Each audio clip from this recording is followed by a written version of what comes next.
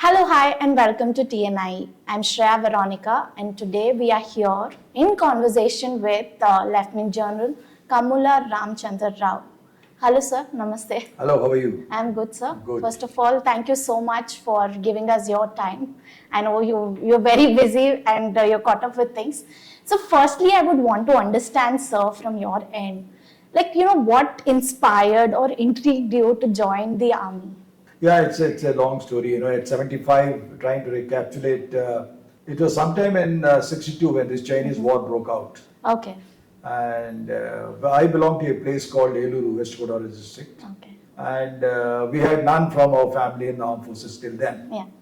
But my grandfather certainly, after hearing the 62 war on, Okay. I think he was inspired, and he's been my role model, calm guide, philosopher and everything, because I was brought up by my grandparents. Okay. So he was very keen that somebody from the family must join the armed forces. Okay. And it may be sheer coincidence that at that point of time, we had this Sainik schools opening up. Oh, okay. Yeah. And I appeared for the exam. To be very frank, financially not being so well off, maybe I don't think we could have afforded Okay.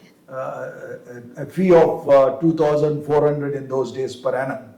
But I was lucky and got some rank, a second rank in the state, got a merit scholarship, Okay. and that's how I joined Sainik School, and thereafter Okay. it's certainly been left, right. So how many years in the industry, sir? I believe it's 40 plus or Yeah, something. I've served, actual service is about 40 years. Yeah. And if you take into consideration the Sainik School training, Yeah. it goes to nearly half a century. Oh, wow. About 48 years, 49 Okay. years. Okay. About 3 years, 62, so 4 years in Sainik School, 3 years NDA, then 1 year Indian Military Academy. So it's been about 49 years Yeah. that one is worn uniform of sorts. So, sir, can you share your experience with the army? How was it, the experience on whole? You're expecting me to summarize a 40 years experience in this thing, but how are you right? In the sense that, firstly, Armed Forces is a great organization. Yeah. It's a wonderful organization. And Indian Army, we should be proud as a country that we have Indian Armed Forces, which are the backbone, literally, backbone of the country. And I joined sometime in 1970. I got commissioned in 1970. That's about a year before the 1971 war. So we were launched straight into battle. Okay. Thereafter, one has been fortunate seeing the 71 war at Kargil. Yeah. Fought on the heights of 13,620. In those days, we used to go it in feet. 13,620 feet was the height, general height, average height Okay. at that point of time, which we captured. Then, of course, been all over the country, practically north, east, west, south. At southernmost, I came as only second man. Okay. But yes, I spent about good 11 years plus, nearly a dozen years in J&K. Oh, okay. About 5 years in the east, out of which 3 years was on the border in China. Was fortunate to go to Jaffna Oh, in the Sri Lankan Operation Pavan. okay. And Punjab. I mean, practically, armed forces, that's one thing good, that you move all over the country. Yeah, true. That's true, sir. So 40 years has been a long journey, and in the long journey, I think I've traversed the entire country. Maybe a few states may have got left out, from east to north and west and southeast and everything. We have celebrated Vijay Divas and you were a part of the Kargil war. So can you share few experiences from the war zone, the time you were there? You see, Vijay Divas is, by the time the Kargil 1999 happened, I had already put in about 29 years service. I was a brigadier. But having fought the war in Kargil in 1971, I can share that experiences and correlate to what happened. Firstly, the Vijay Divas was being celebrated on that day for having evicted the entire Pakistani forces who had intruded to varying heights. As far as J&K is concerned, our National Highway 1, it goes all along the border between Dras or Sonamarg, somewhere in that Jojala Pass actually. Right from Jojala Pass to Leh, a fair number of places. The National Highway is very much clearly visible to the Pakistani people from the peaks. Yeah. And it was important, therefore, those peaks which were captured, they were literally overlooking the national highway. We had to evict them for two reasons. One is there is no son of a gun who can really come and sit in our land. We want to evict them. Secondly, strategically, it was not a happy situation that a person is able to sit, watch the road, interfere with it. Though, of course, we are fortunate that of late we have another highway via Manali to Leechley. Earlier than 1971, we did not have this. We were, our entire oxygen was just basically by National Highway 1 only. Okay. Now we are better off. And so we evicted those people. And people are not aware of fighting in mountains to that an extent. It is very tedious. It is very tough because you have more than the enemy of climate. Climate itself is the very biggest enemy in the sense that we are fighting. Dras is the second coldest inhabitant place. It's about minus 49 degrees centigrade. And the rocky features, they're very sharp because the wind factor plays in, the chill factor plays in. People have chilblains. So the weather, climate and the terrain themselves are very unfriendly. Then on top of it, if you have an enemy who's sitting on top and you have to climb up the mountains, it's very, very tough. And unlike in plains generally when we try and attack an enemy, we look at a ratio of about 3:1 or so. But in mountains, it goes as high as 9:1. So to evict any enemy who is sitting on a hillock, on a hill, is very tough. Okay. And a large amount of armed forces are required. So in spite of all the odds, on top of it, the worst thing was that we did not want to escalate into a full-fledged war. Okay. So we were to limit the war. We were not to cross the border. Okay. You see, many a times, if at all you cross the border and try and attack him from the different directions, unexpected directions, the victory is easy. But we were given clear orders saying that none of us would cross the LC, and thus, so hands were tied in some way, right? Air Force was not permitted to cross the border again. So all these limitations were there. So in spite of that, I think Indian Armed Forces did a wonderful job, and it was a very tough battle. But yes, we became victorious at the end of the day. Now comparing it to the same thing in 1971, I fought as a lieutenant when I was the observation post officer, along with infantry 211 Gurkhas. And we realized at that point of time, even to move a distance of 100 meters uphill would take you anything about, just a normal walk itself may take you 15 minutes, 20 minutes. Then on top of it, the enemy is firing. So any of the advancing towards the enemy under enemy fire was very, very slow. You had to watch out for bullets and yet make your way onto the top of the hill feature. So fighting in mountains is certainly very, very difficult. You require a preponderance of artillery, as it happened in Kargil in 1999. Bofors is a house name today, synonymous with many people who talk about it. And even artillery becomes a little not so effective because the hill features are very sharp. They are not flat. They are conical. So the area which they are hitting at times, the rounds would miss the features. So with all these difficulties, fighting in mountains is always on top of it. When you have a snow, like in 1971, by the time we captured the post, it started snowing. So our attacks on the third and fourth day, we had to wade through snow. And going through snow is another game itself, Bugger's model. You had to wear snow boots, which by themselves were heavy. So fighting is not a joke. It requires guts. It requires people ready to sacrifice their lives. And for that matter, I always say, this is one profession where you know that you're going to die. And to get these people motivated to die for the country, I think is the art of real leadership in the armed forces. Okay. So since you said preparing people and motivating them to sacrifice themselves for the country, how difficult it gets, sir, at that point of time. You see, You can well imagine a Jawan who is there to tell him that yes, tomorrow we're going into an attack, and we don't know whether they'll come back. Yeah. For that matter, there are a lot of stories the previous nights before people go into battle. We exchange a lot of jokes and try and make tension free. Have an odd drink here and there with boys, and next day we are ready for attack.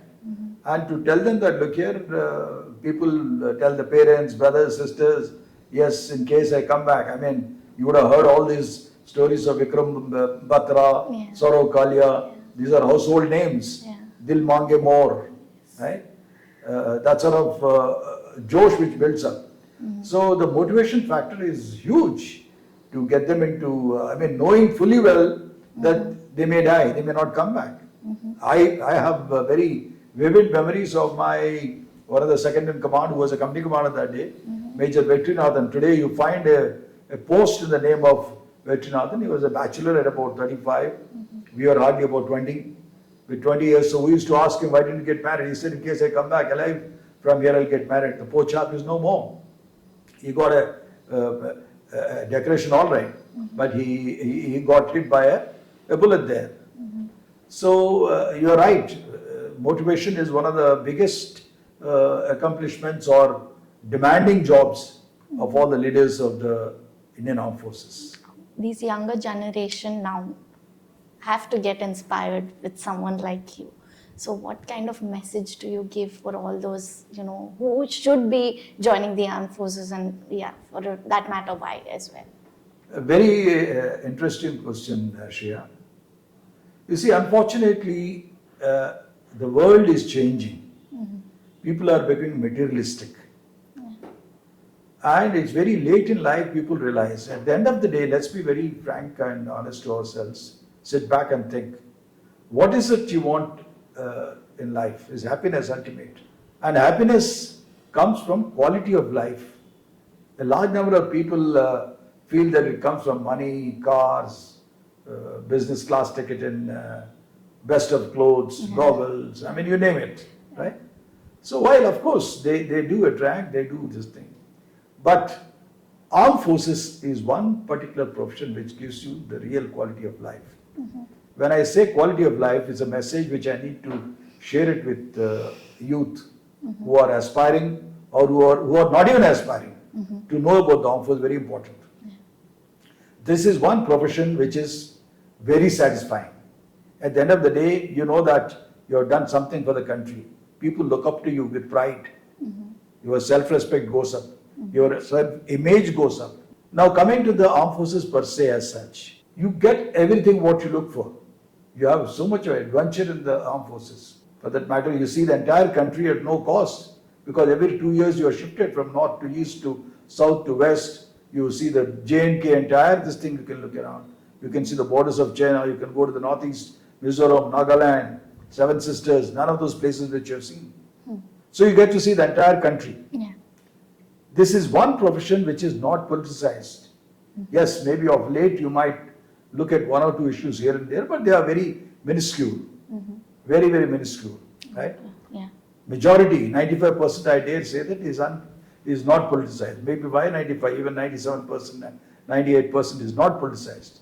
We are not moved around like IAS, IPS officers at the whims and fancies of politicians. They do not interfere. So we have that freedom, and there is nobody to really push you around as long as you are doing your job. And fortunately, till today, we do have that reputation that armed forces does its job well and well to the requirement.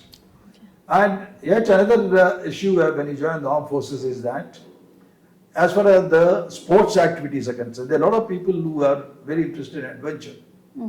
Name it. For that matter, Olympics are taking place right now. If you look at some of these yacht, boat racing and other things, or for that matter, javelin, the second Olympic gold you're expecting, Neeraj Chopra, right? So Neeraj Chopra. So you name it, as far as adventure is concerned, whether it's trekking, hiking, sailing, para sailing, skydiving, motorbikes going all the way from Trivandrum to Leh. Okay. So as far as adventure is concerned, there's a wonderful life. Mm-hmm. But that matter, by the time we realize in life that money is not everything. Yeah. After all, even if you have money, you have to spend a huge amount of money even to get a membership in a golf club or to play tennis. Yes. Whereas armed forces, these facilities are available to everybody. Yes. For that matter, that's how a large number of the armed forces children are shining in various fields outside, whether it is sports, journalism or films, modeling, so politics. So people are coming up slowly in politics too. So armed forces really develops a person as a wholesome person. It's not limited to only academics or physical requirements. So armed forces is a great career, and they do give sufficient amount of money. On top of money, you have your ability to fly wherever you want to with some concessions. The Indian Airlines is giving us. I mean, today Air India and Indigo are also giving us. You are respected. Yes. You go to some place, today people are talking. Yes, earlier during our days, possibly it was not so much of an exposure. The country did not know, and possibly they were not very clear. But 1999 and Kargil opened eyes. The media did wonders. So transparency is so much today that people understand that it's an excellent career, and people, that's how even today if you look at a mobile, he wants to paint it the army way. Yes. A jeep he wants to paint it the army way. Some people want to wear the helmets the army colors, Air Force colors. People are wearing Air Force suits, right? True. So there is a certain amount of heroic tinge which is there and which is being copied or which is being followed by a lot of people. Okay. So armed forces is a wonderful career, and it is for those who are looking at life as a wholesome life, a good quality life, and yet you are comfortable, you have a very decent salaries, you have pensions once you retire. Yeah. So I would always encourage people to, yes, life is tough, but to be very honest about it, until unless you sweat well, you don't sleep well. Armed forces believes, even in peacetime, that's what we talk about. The more you sweat in peace, the less you bleed in war. So during peace times, we do a lot of training. Okay. And this training helps us to be ready for war at all times. Okay. So wherever I've been to a lot of schools, a few colleges, not many, but schools I've been plenty. Okay. And I've been talking to people, the children, to make them understand that don't be afraid. If somebody is to die, he will die on the road itself, crossing the road. People die in scooter accident. People die in some various boat capsizes. People drown. But to die with a cause and to be recognized that you are giving your life knowing fully well is something superb. And life is not how long you lived is not the important part of it. Yeah. How well have you lived? I think that's more important. Okay. Armed Forces gives that. So the message to the listeners is that kindly look at Armed Forces as an excellent career. Join us. Sir, apart from the war zone or when you are working in the borders, how was your relationship with the opponent also? Yeah, the relationship along the border. You see, I can go back to 1971 war. Just before war, I think sometime in November 71, December the war took place, there it started. November, we could even talk across because the border is on the border, the opponent and we are hardly about 500 meters at places. We can recognize each other's face. Yeah. We can know that yes, Salahuddin was on the post till yesterday. So that sort of interesting outlook one has when you are there. And till the war took place, one would even yell at somebody. For that matter, I still remember the joke.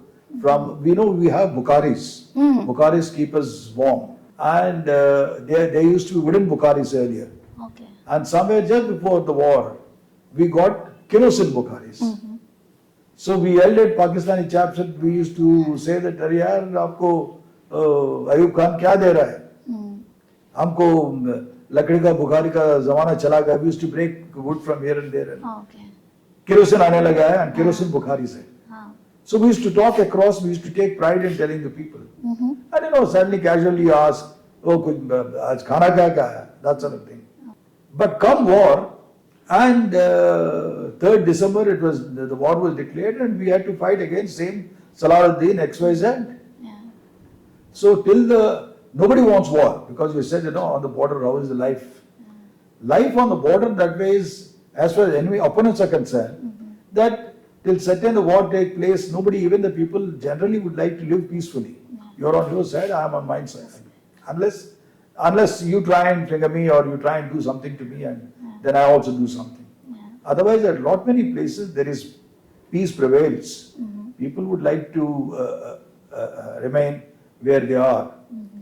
And otherwise, the life on the border is concerned is tough, certainly, in the sense that, when I told you about the weather and temperatures, you don't feel like eating. Psychologically, a person is quite alone. You see, there people are not together. Strength lies in strength. But what happens on the posts on the border, the posts are away, secluded, far from each other. And at places, there are as less as 3 or 5 people on a post. The food is already stored for them, which they have to just heat up or possibly cook their own food, the 5 of us. So one of them becomes a cook, he starts learning how to cook also. So the living conditions are tough. There is no electricity. During our time, we used to have those, now at least you start getting battery lights, you had solar lamps, things have improved. Yes. But when we were there were no solar lamp, there were no radio, there were no mobiles, there were no transistors which were working on the border. We had no TV or any of movies to watch. Life was tough, but we have come a long way. Country has developed and a fair amount of comfort level has increased. I would say more than comfort level, the needs of the armed forces have been met to a fair amount of whatever a nation can afford is being met. But the life on the borders is tough. And because of that tough border only, that tenure is tough. So in high altitude, for example, you can't have a person more than 2 years because psychologically, medically, he gets affected. So there is a medical condition that beyond 2 years, even if the person wants to stay there, we don't permit. Okay. In places like Siachen, for example, when you look at people, they lose their direction. There are hallucinations. People, when they come back from Siachen also, we don't permit people for staying very long. Because psychologically they get depressed. When they come back at night, there are hallucinations. People are dreaming and they're jumping up.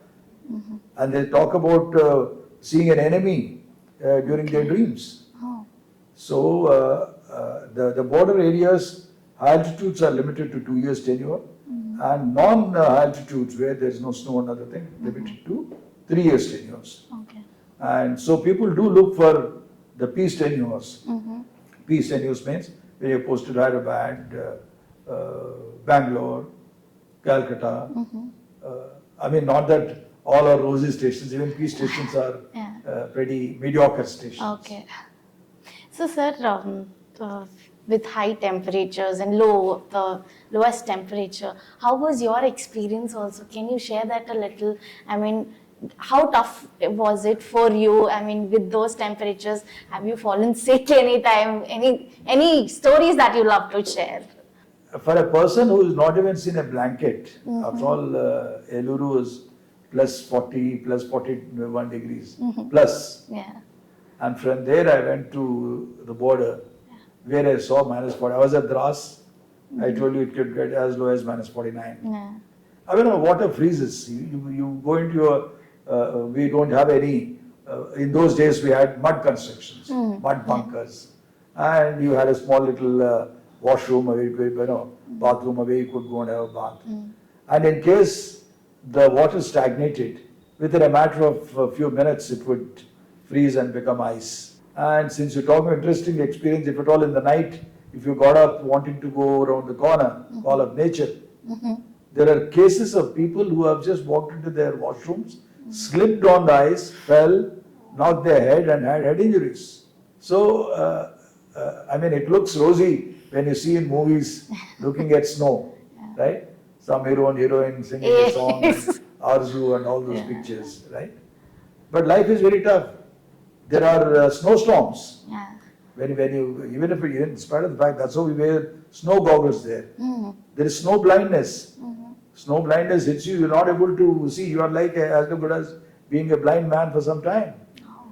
And if at all, when you're walking outside, and if at all there is a snowstorm or this thing, and for that matter, your body is producing so much of trying to compensate the cold, what do you call, frost and other thing which are on your mustaches, they get frozen. There's ice cubes. If at all, you have to literally clean it up at times on the mustaches. And water freezes, so you have to heat up the water. When you want to drink also, you've got to warm it up. Similarly, during daytime, again, you can't expose yourself to the sun. Because even the sun rays, when they hit the snow and other thing, it offers snow blindness. So we wear snow goggles. And during snowstorms, you can't even see beyond 20 meters, 10 meters. For that matter, you may not be able to, if this storm is severe, you can't even see it, look at your friend who is hardly about 3 meters away. Okay. So life is very, very tough.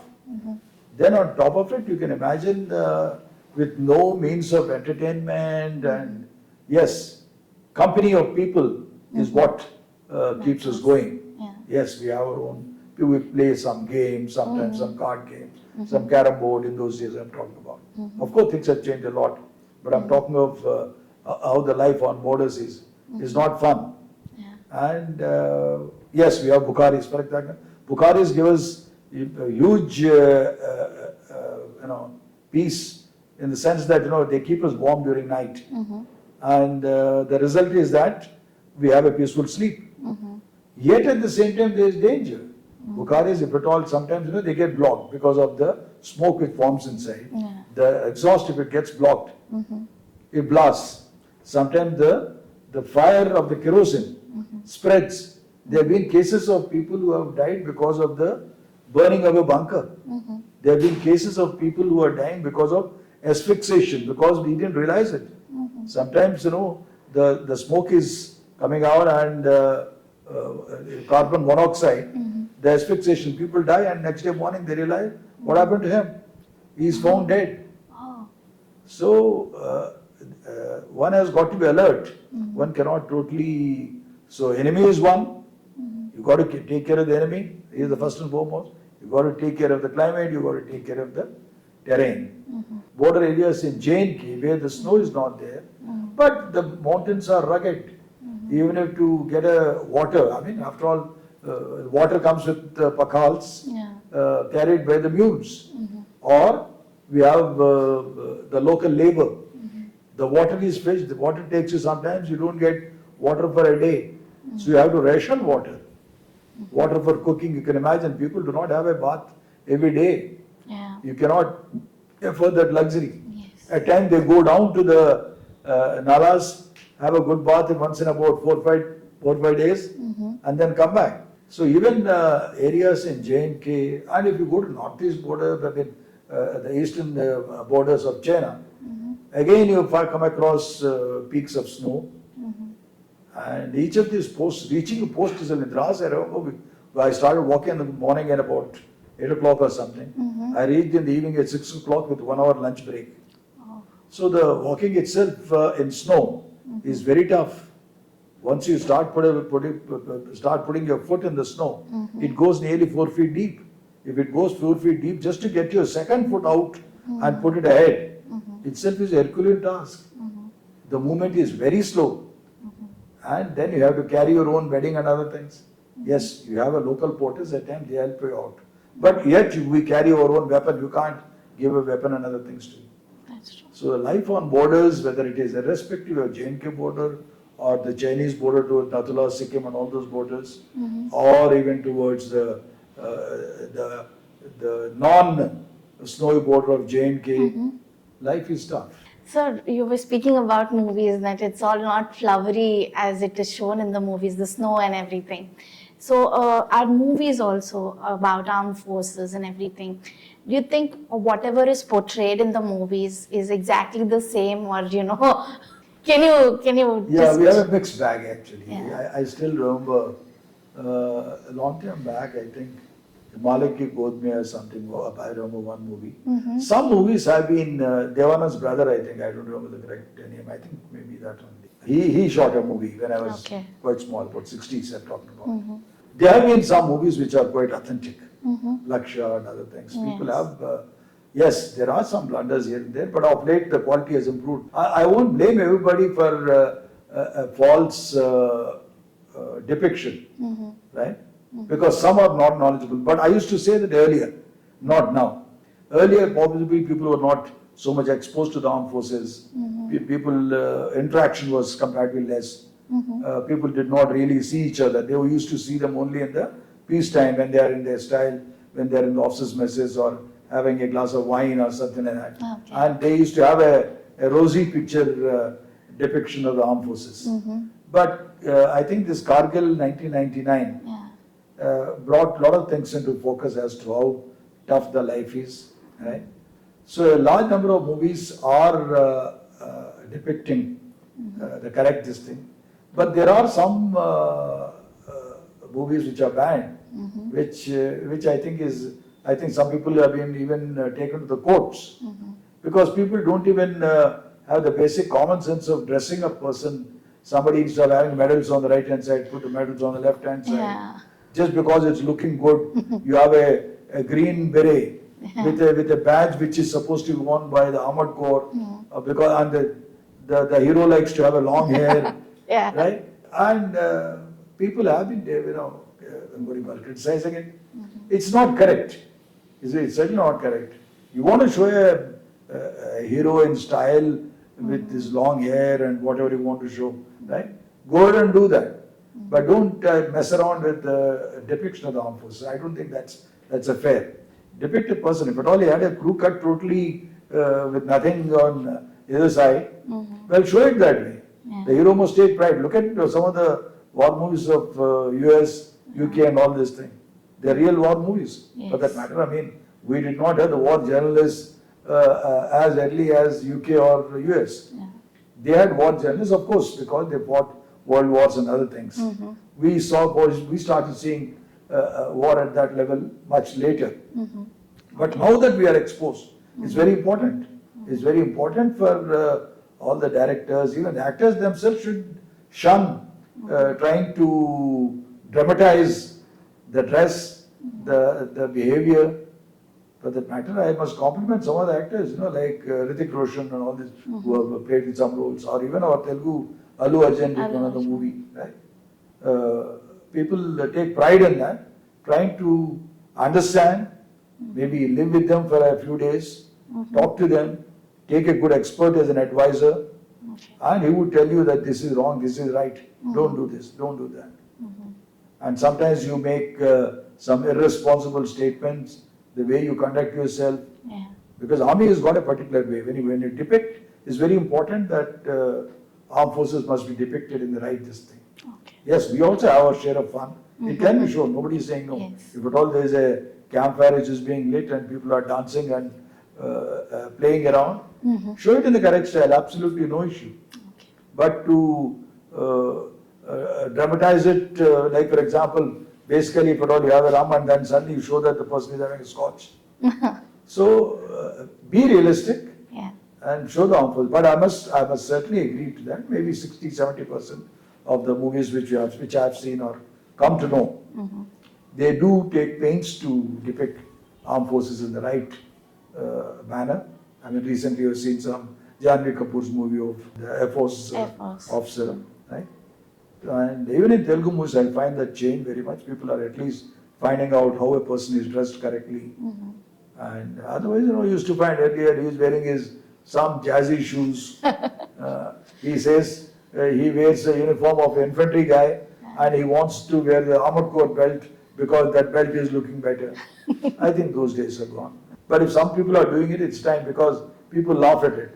And once they laugh at it, the armed forces, some of them, certainly as I said, gone to the courts saying that, look at you are depicted as wrong, a wrong depiction. Sir, with the growing technology, the internet services, do you think this whole AI concept also comes as a threat or a plus point to the armed forces? I think we realize AI concept has come to stay. After all, it is literally driving a huge amount of professions, huge amount of daily life today. Yeah. Right?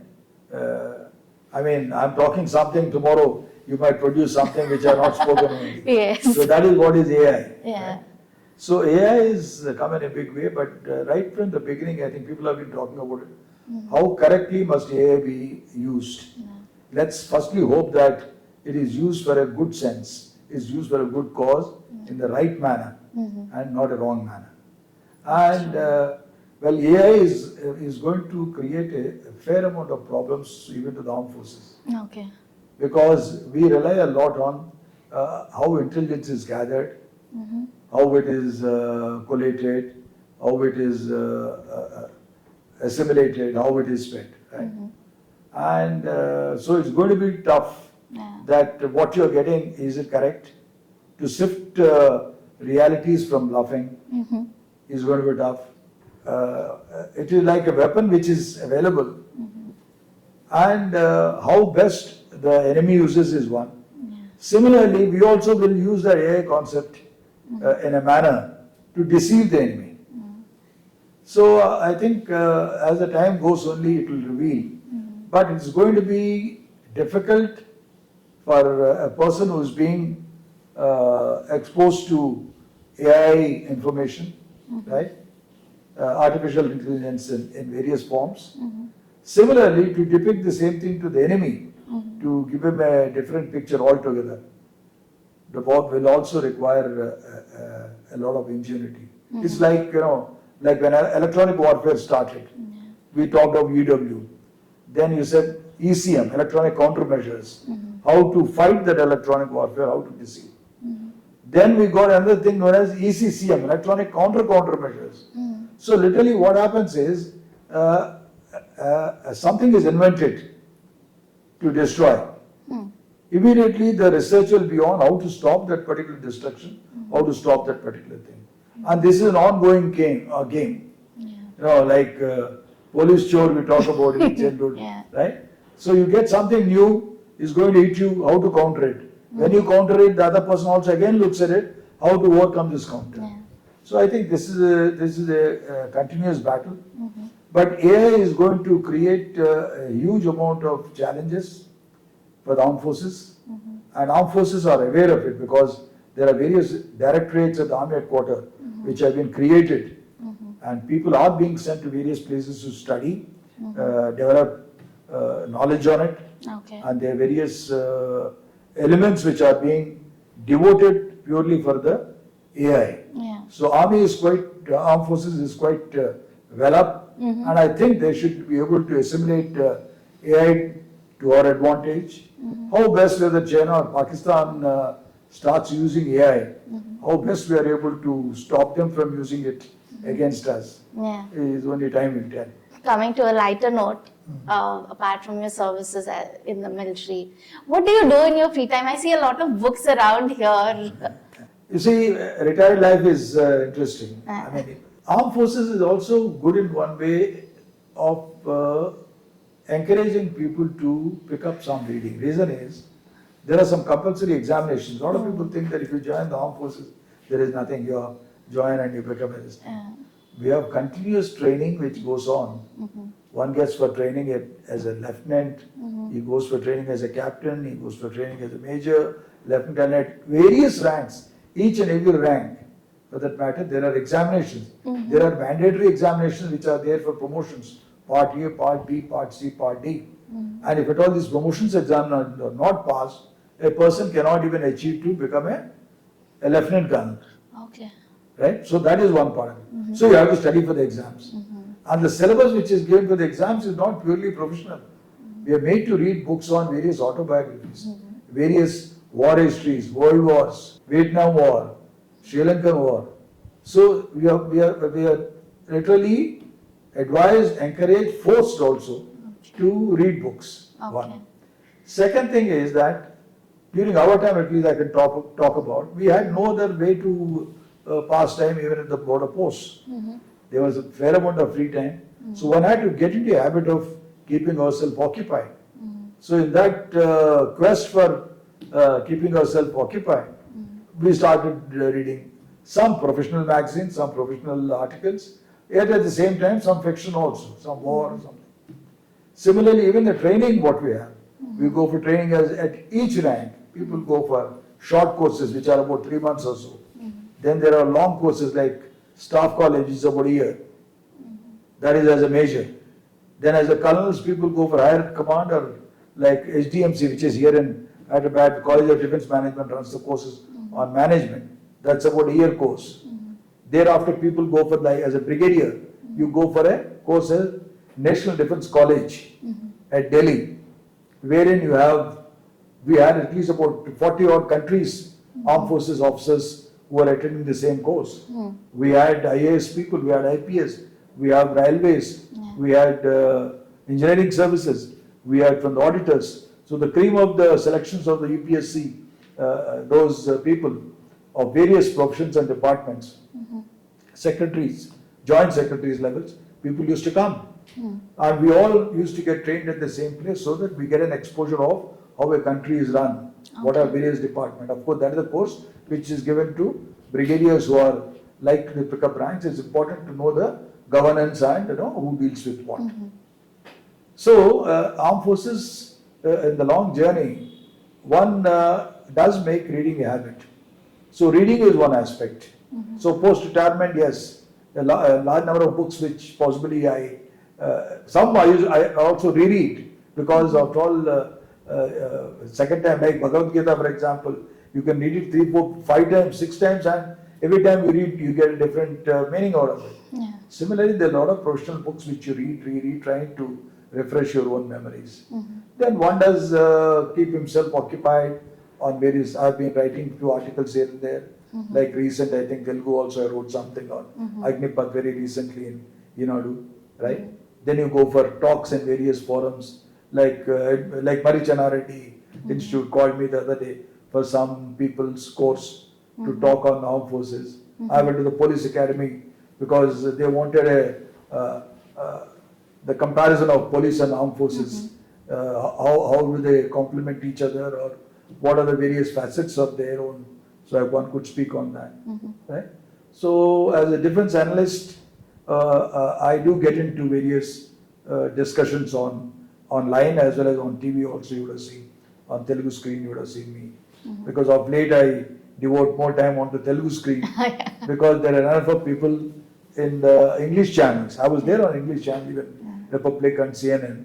But of late, I've been purely on Telugu channels for the simple reason that we require more people to come over to vernacular TVs and radio and speak. Okay. In addition to that, yes, one does go for golf, everyday walk. That is one thing no one misses. Golf is another good time. And yes, I've been keeping myself busy, occupied as an advisor.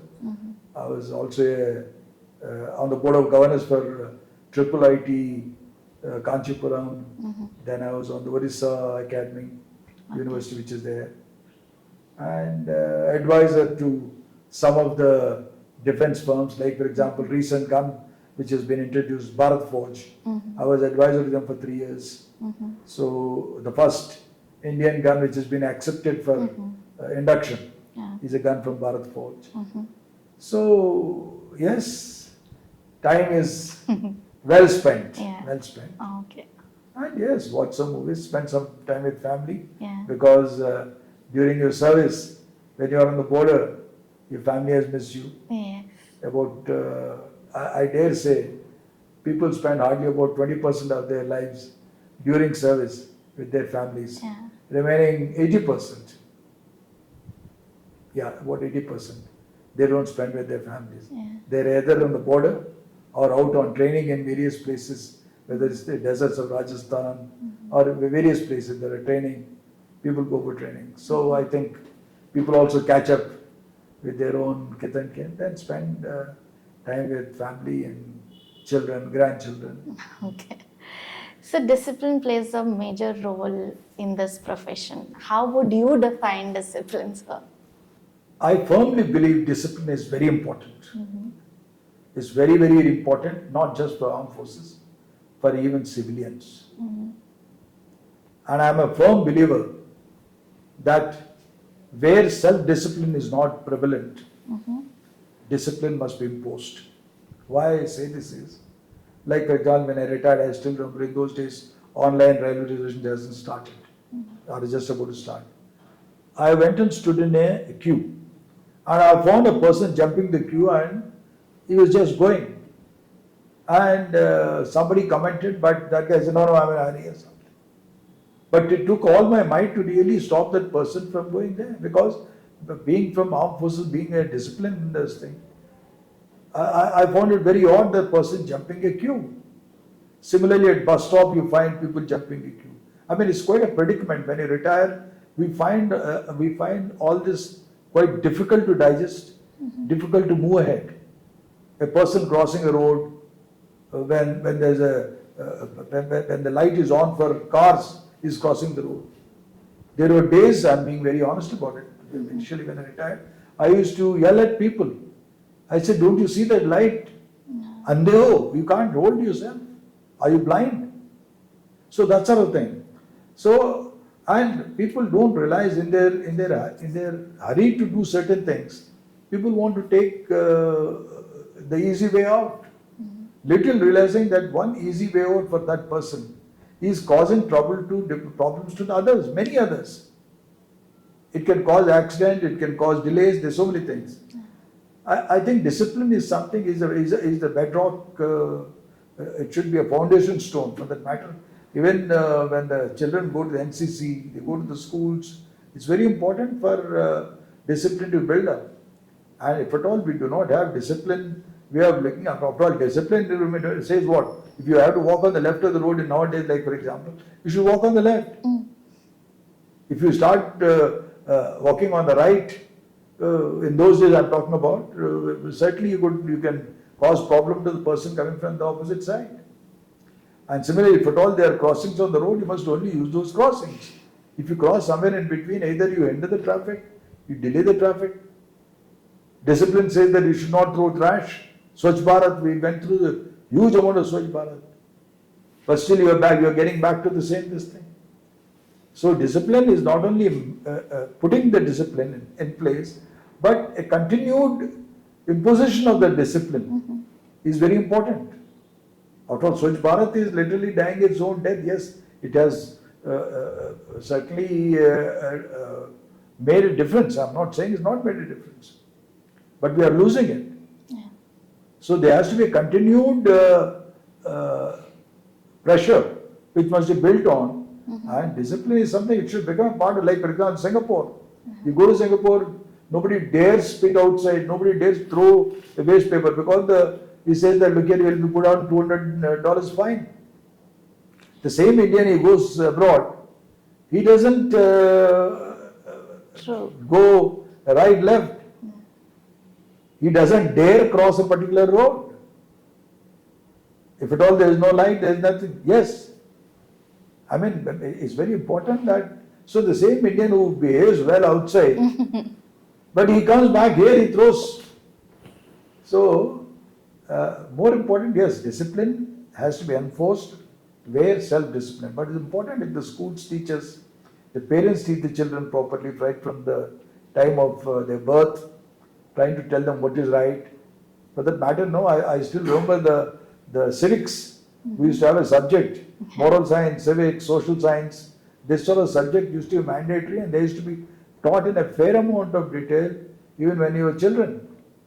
That this is right, this is wrong, this is what you cannot do as a social human being of this particular country, society, world, whatever you want to talk about. Right? There is a social responsibility. There is a civic responsibility. Right? And like for example, I mean, discipline teaches you so many things. It makes you a wonderful citizen. Responsibility improves. I mean, if you are quite disciplined person, you will ensure, even if at all somebody is trying to do something wrong, you will try and tell them not to do it. And I dare say that if all of us had discipline, I'm sure we would be doing far better than what we are today. Sir, my last question. A Yeah. small message to all the citizens. Firstly, we must take pride in our nation. It's very important. If we do not take pride in the nation, nobody else. So I still remember, in various training institutes like talking about National Defense College and all that, when we used to talk to some of the American citizens, even if at all one is wrong, they will never permit anybody to criticize. I'm just giving you an example. And that comes from self-pride. If at all I find that yes, I'm born in a great nation. We have great leaders. Whatever differences we have within the country, within political parties, is within the family. But we must take pride in ourselves. That is first part. And unless we take pride in ourselves, nothing else will start. Once you take pride in ourselves, I always feel that whatever profession, whether you are in armed forces, you are in civil, you are a doctor, or you are an engineer, wherever you are, can I contribute something for the development of my nation, for my society? You can start from the lowest side, from my society, from my district, from my state, from my country, in that particular fashion. Can I add a little more value? Every one of us, let's say for example, a person, I was telling somebody the other day, if you are a manager, you will do the job of a manager. But if at all you can do a little more than what is your job, what is specified in your boundaries which is specified, if you can do more than that, that is what is it makes a difference between a good citizen and a normal citizen. A good citizen thinks, what can I do beyond my laid down role? Can I contribute something more? Can I make this nation a better nation? Can I make the lives of the citizens of this nation more comfortable? So the message, all that I'll say is that, firstly, take pride in the nation. It's a great nation. It's a wonderful nation. And we are coming of age. People respect us today. The world respects us. World looks up to us for some advice. And that has been made by our forefathers, by our predecessors, right from Mahatma Gandhi time till now. Everyone has been contributing their own might. So let us do our bit to contribute to the nation. Let's build it to a stronger nation, a mighty nation, a very proud nation. Thank you. Thank you so much, sir. It was lovely speaking to you and knowing more and more about you. Thank you. Thank you for giving us this opportunity. Thank you so much. Thank you very much, Shreya. Thank you. It's been wonderful talking to you, and I think pleasure is mine also. This is Shreya Veronika signing off. Thank you. Bye-bye.